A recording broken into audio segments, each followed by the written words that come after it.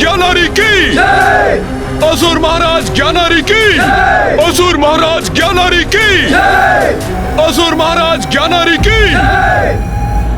पिताश्री, आपने तो मुझे कहा कि आप मुझे ईश्वर के दर्शन करवाएंगे। देखो दकिनी, मेरा पुत्र वो देखने के लिए कितना उत्सुक है जो मैं उसे दिखाना चाहता हूँ। इसकी निष्ठा से और भक्ति से अति आनंदित हूं मैं।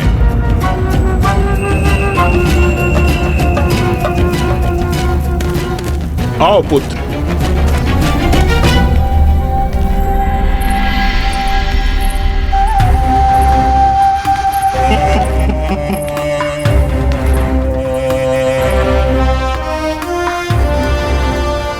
देखो यहाँ, मेरे आदेश पर एक मूर्ति का निर्माण हो रहा है। अवश्य प्रथम पूज्य गणेश जी के श्री विग्रह की रचना हो रही होगी यहाँ। गुरुवर ऋषि स्कंद ने गणेश जी की जिस महिमा का बखान किया था, अब उसके साक्षात दर्शन का सुख प्राप्त होगा मुझे, और मैं उनके श्री विग्रह के समक्ष स्थित होकर उनके मंत्र का जाप कर सकूंगा। मेरे पुत्र, वहाँ क्यों खड़े हो? यहाँ आओ।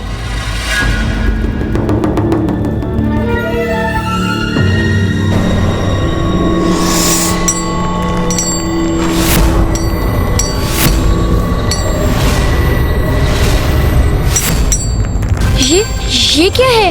ये मूर्ति तो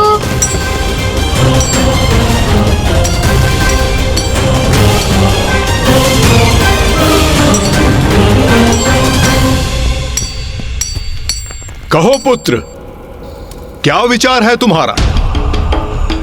अपने ईश्वर की मूर्ति भाई तुम्हें? ईश्वर? किंतु ये तो ईश्वर नहीं है।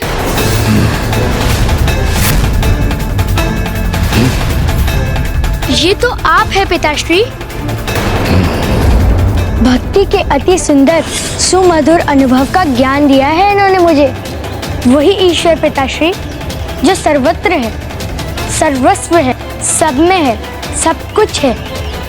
आप हैं।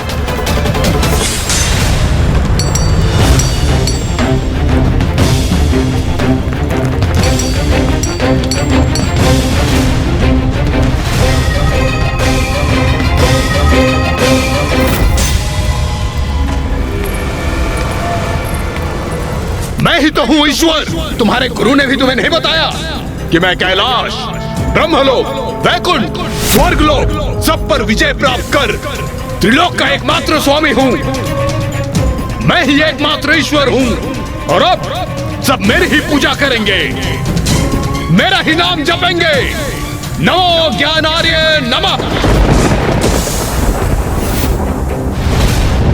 पिताश्री, आपने सर्वथा उचित कहा, किंतु ईश्वर केवल त्रिलोक के ही स्वामी नहीं, अपितु वे तो सर्वत्र हैं, अर्थात संसार के कण कण में स्थित हैं। वो पंचभूतों में है। वो ईश्वर जो आप में और मुझ में समाहित है, वो ईश्वर आप नहीं है पिताश्री। वो तो मेरे प्रभु परम ब्रह्म गणेश जी हैं।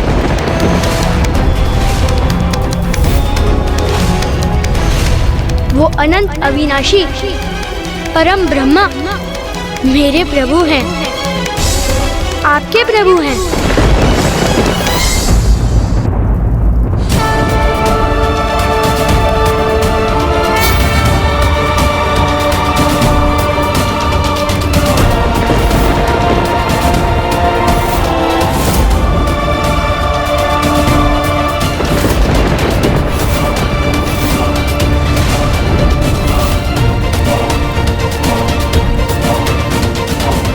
मेरा पुत्र गणेश को अपना ईश्वर बुला रहा है।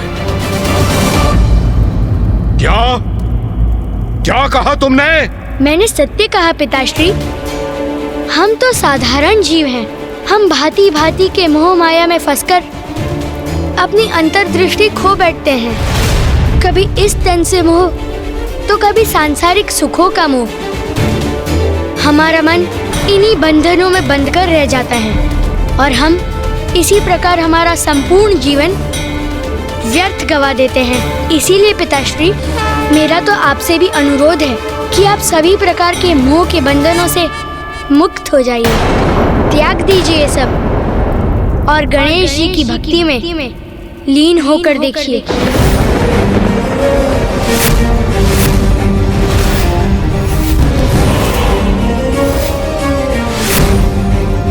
पिताश्री, आप भी गणेश जी का नाम जपिए तो आपको भी उसी सुख और शांति का अनुभव होगा जो मुझे हो रहा है। ओम गण गणपते नमः। ओम गण गणपते नमः। ओम गण गणपते नमः। ओम गण गणपते नमः। सुबोध! सुबोध!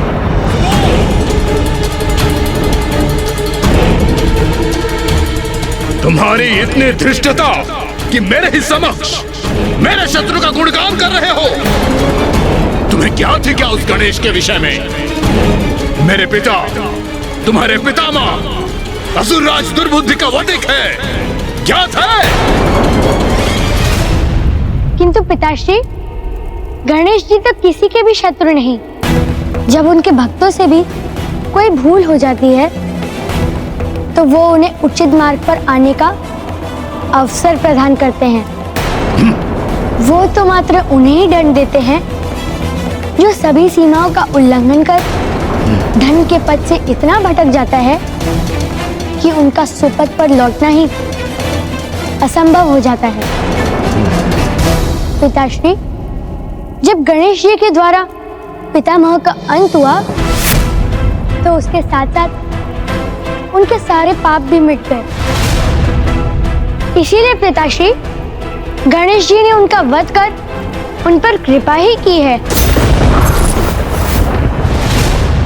वो गुरु, उस दुष्ट ने ही मेरे पुत्र की मति भ्रष्ट की है। ये सब उस गणेश का ही छल है। मेरे ही निवास में प्रवेश कर मेरे एकमात्र पुत्र की बुद्धि दूषित की है। उस गुरु को मेरे निकट लाओ, अब मैं उसका वध करूंगा।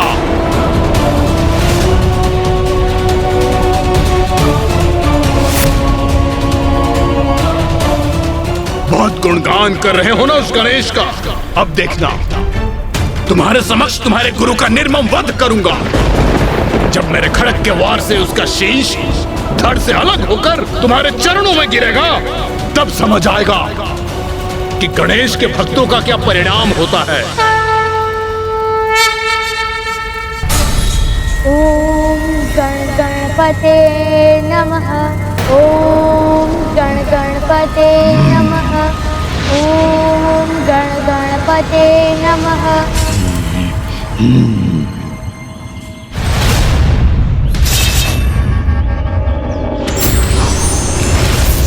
हे ऋषि, हे ढोंगी ऋषि, सुना नहीं तुमने?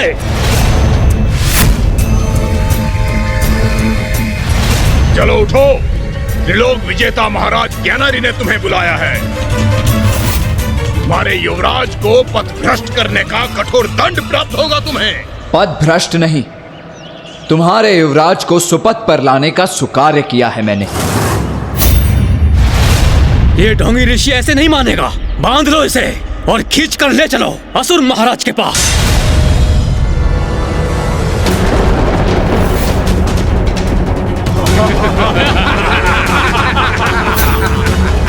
क्यों?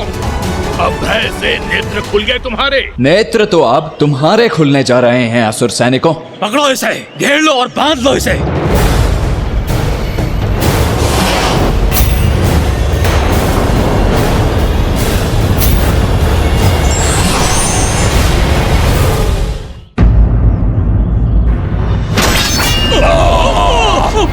अरे ये क्या? हमारे अस्त्रों को नष्ट कर दिया इसने। ये कैसे संभव है? ये तो अवश्य कोई मायावी ऋषि है। मायावी नहीं, योद्धा ऋषि हूं मैं। असुरों, पकड़ लो इस दुष्ट ऋषि को। इतना समय क्यों लग रहा है मेरे सैनिकों को एक साधारण से ऋषि को बंदी बनाकर लाने में?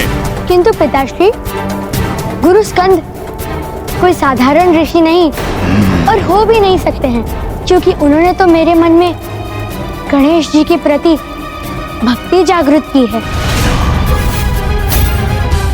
पुत्र सुबोध, कदाचित मैं तुम्हारे प्रति कठोर हो रहा हूं। मैं त्रिलोक विजय करने गया था और यहाँ तुम्हारी देखरेख के लिए ये थी तुम्हारी मूर्ख माँ, जो किसी अयोग्य गुरु को मार्ग से उठाकर तुम्हारा गुरु नियुक्त कर दिया। इसमें तुम्हारा कोई दोष नहीं है पुत्र। यही परिणाम होता है जब एक पुरुष त्रिलोक के भावी अधिपति की देखरेख का कार्यभार एक निर्बल नारी पर छोड़ दे। तुम्हारे पिता यहां नहीं थे।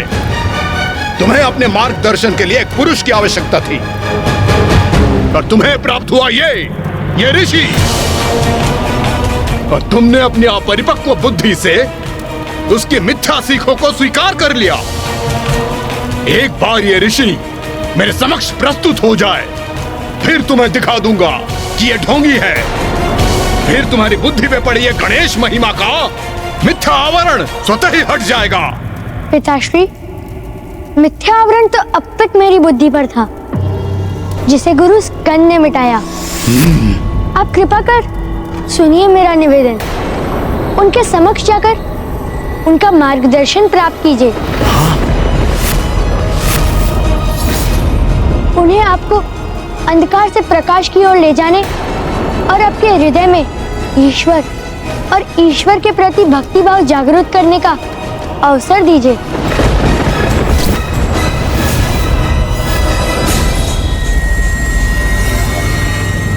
कहाँ रह गए वो सैनिक?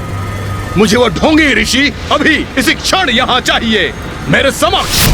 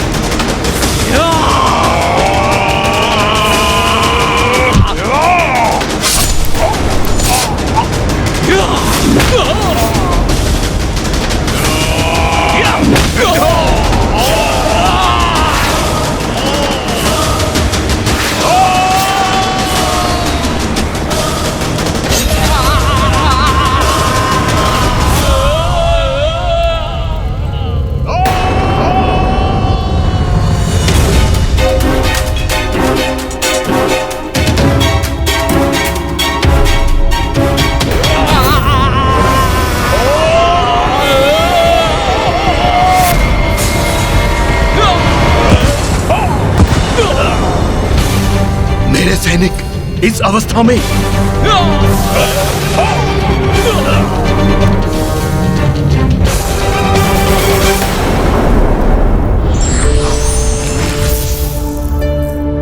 गुरु स्कंद,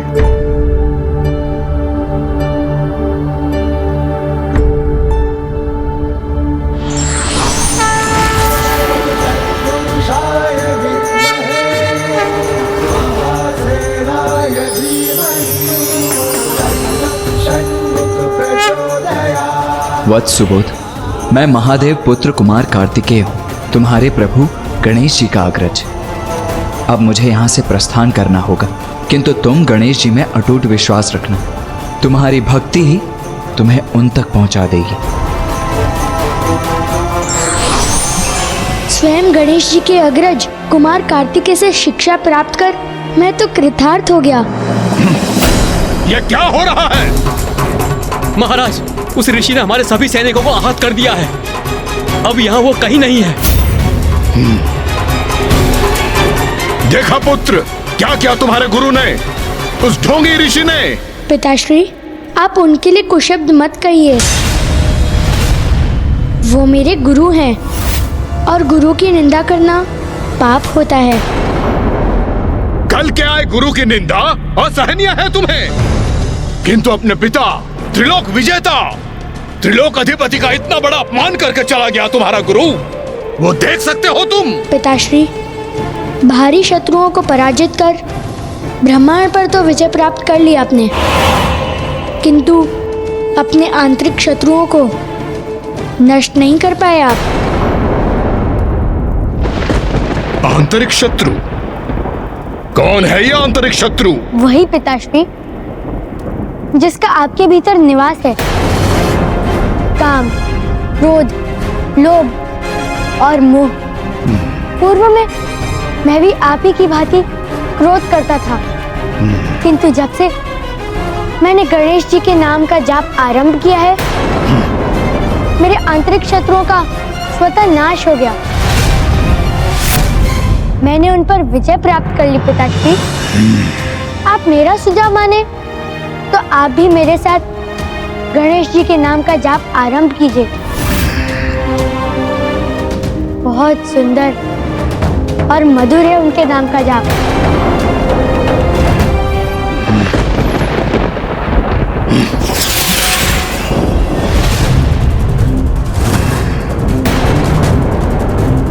बस बहुत हुआ।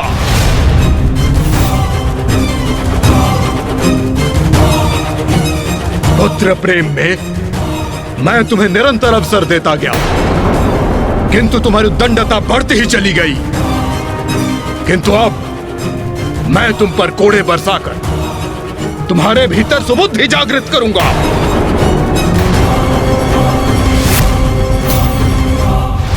ओम गण गणपते नमः। ओम गण गणपते नमः। ओम गण गणपते नमः। ओम गण गणपते नमः। ओम गण गणपते नमः। गणेश, तुम्हारी योजना के अनुसार हमने सुबोध के हृदय से घृणा का बीज हटाकर उसमें भक्ति और प्रेम का बीज बो दिया है, किंतु तुम्हारे प्रति उसकी भक्ति देखकर ज्ञानरी तुम्हारे भक्त सुबोध को अवश्य दंडित करेगा। भैया, जैसे एक दीपक अपनी लौ से अनेक दीपक प्रज्वलित कर सकता है, उसी प्रकार सुबोध भी अपने पिता के भीतर अंधकार हर ज्ञानारी में भी प्रेम और भक्ति उत्पन्न करने का प्रयास करेगा। तुम उचित कह रहे हो गणेश, किंतु यदि सुबोध अपने पिता का हृदय परिवर्तन करने में असमर्थ रहा तो क्या वो सदा ज्ञानारी के कठोर दंड का भागी बनता रहेगा? भैया, मैं ज्ञानारी को सुधरने का, सन्मार्ग पर आने का एक समुचित अवसर दूंगा, किंतु जब उसके पापों की गागर भर जाएगी तब उसे उसके कर्मों के अनुरूप दंड भी दूंगा मैं। और रही बात सुबोध की, तो एक भक्त को उसका भगवान कभी एकाकी नहीं छोड़ता, चाहे कितना भी बड़ा संकट क्यों ना आ जाए। सुबोध मेरी भक्ति की परीक्षा में उत्तीर्ण होने वाला भक्त है। परिस्थिति चाहे कुछ भी हो, वो सदा विजयी ही होगा।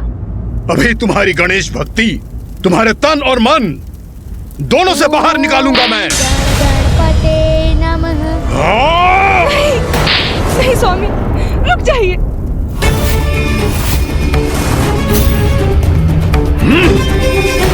माँ! प्राणेश्वर, रुक जाइए, दया कीजिए। सुबोध के लिए उस गुरु का चयन तुम्ही ने किया था ना। अब देखो देखो कैसा परिणाम हुआ है उसका। मेरा पुत्र मेरे ही समक्ष मेरे शत्रु का नाम जप रहा है। इस अपराध का दंड तुम दोनों पर कोड़े बरसा कर ही देना चाहिए मुझे। मुझसे बहुत बड़ा अपराध हुआ है स्वामी, उसके लिए मुझे क्षमा करें। जितना दंड देना चाहे दे दे मुझे, किंतु सुबोध मात्र एक बालक है, उसे ताड़ना मत दीजिए, उसे दंडित मत कीजिए स्वामी, मत कीजिए। करूंगा, अवश्य करूंगा, तुम दोनों को दंडित करूंगा मैं।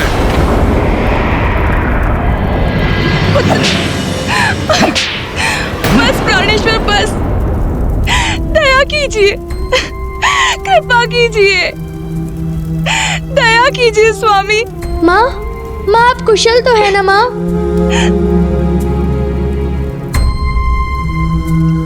तुम पे प्रहार हो रहे हैं, फिर भी तुम मेरा कुशल पूछ रहे हो।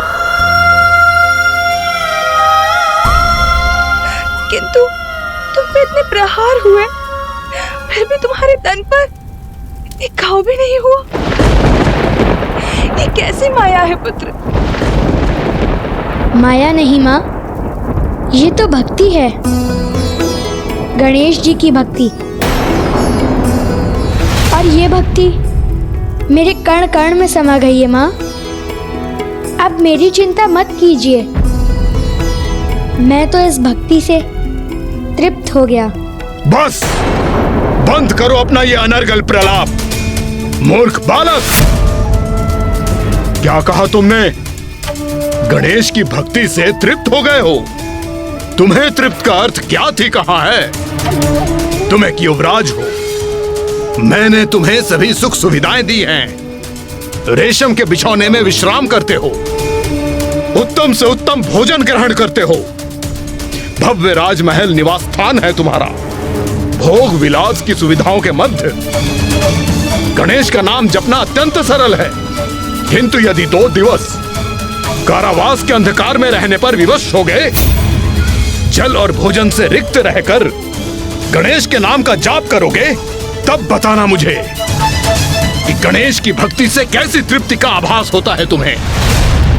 बंदी बना लो इसे और फेंक दो इस बालक को कारावास में। जब तक ये मुझे ईश्वर स्वीकार ना करे, भोजन का एक कौर भी प्रस्तुत मत करना इसे। पिताश्री, मुझे आपका ये आदेश स्वीकार है।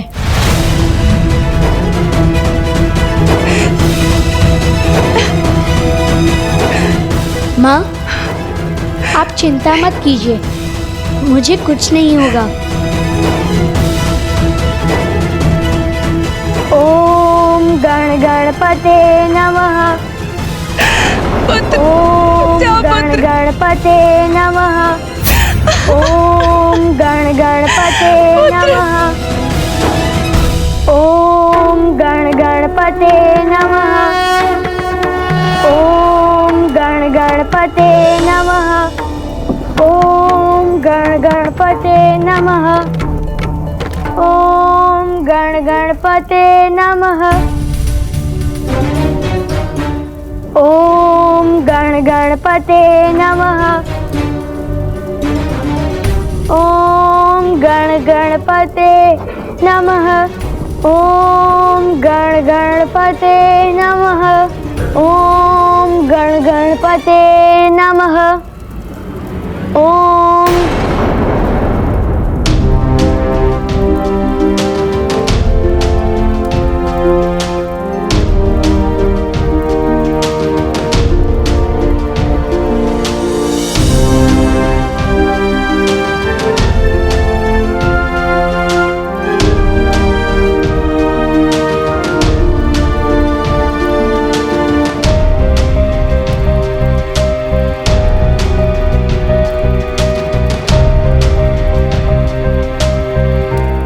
गणेश जी के नेत्रों में अद्भुत चमक है, उनके मस्तक पर शुभ्र कांति है और उनकी अति सुंदर सूंड भी है। उनका रूप, उनका सौंदर्य मनमोहक। गणेश जी के दर्शन हेतु तुम्हें उनके मंत्र का उच्चारण करना होगा। ओम गण गणपते नमः।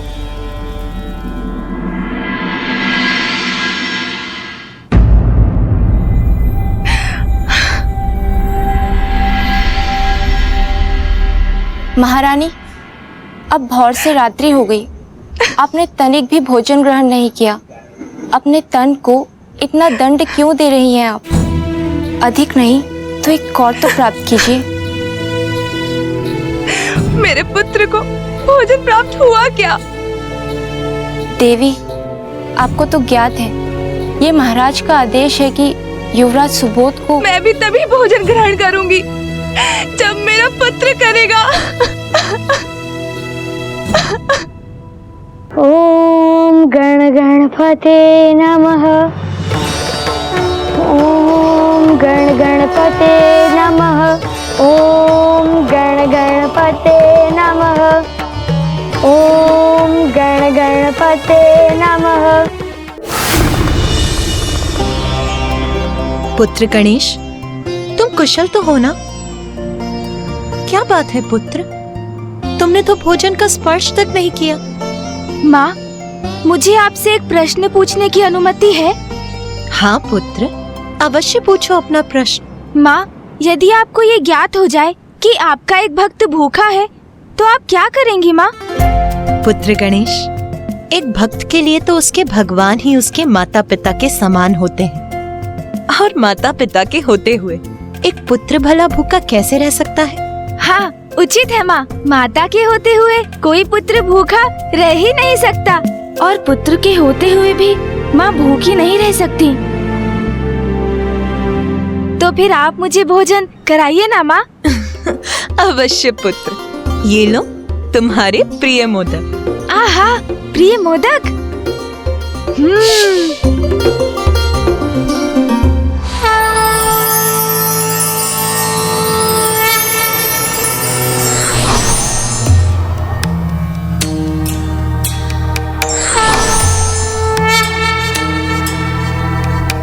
मेरा प्रिय भक्त सुबोध भोजन से वंचित नहीं रह सकता।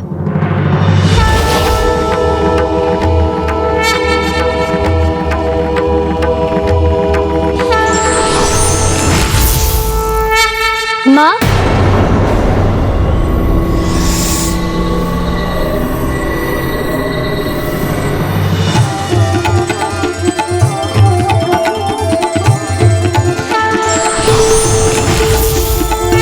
पुत्र सुबोध,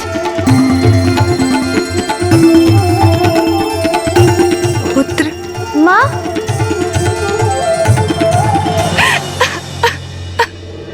मेरा सुबोध।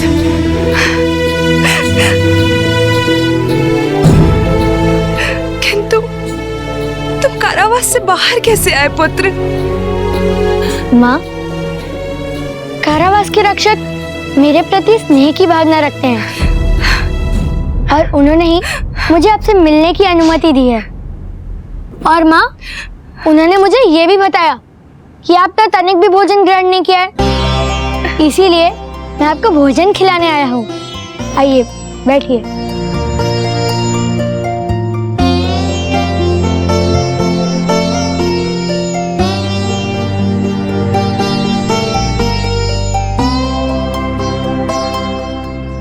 ये लीजिए माँ।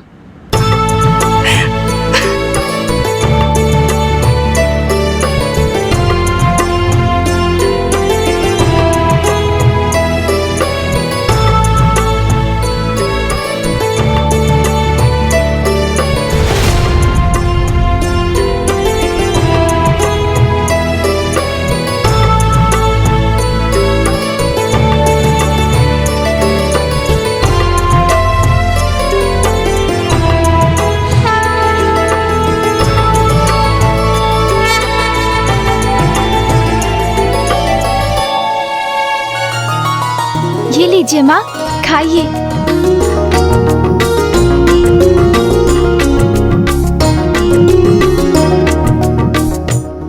माँ, मुझे निद्रा आ रही है, मुझे अपने आंचल में भरकर निद्रा में डूबने दीजिए। आओ पुत्र सुबोध।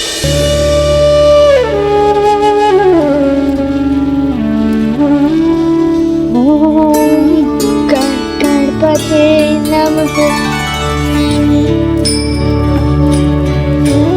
ओम गणपते नमः। ओम गणपते नमः। ओम गणपते नमः।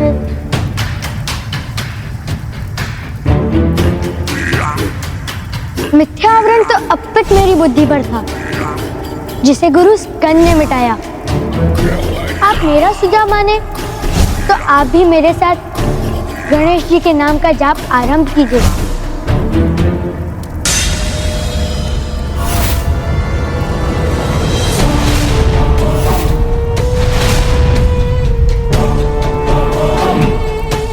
गणेश,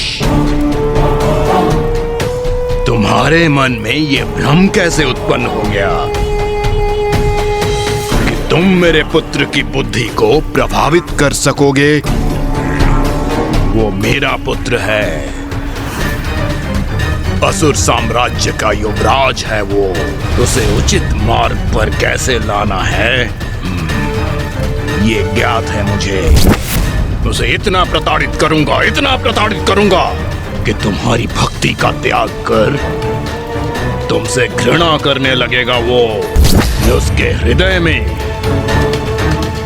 तुम्हारे नाम का लेश मात्र भी मिटा दूंगा मैं, लेश मात्र भी मिटा दूंगा मैं, लेश मात्र भी मिटा दूंगा मैं।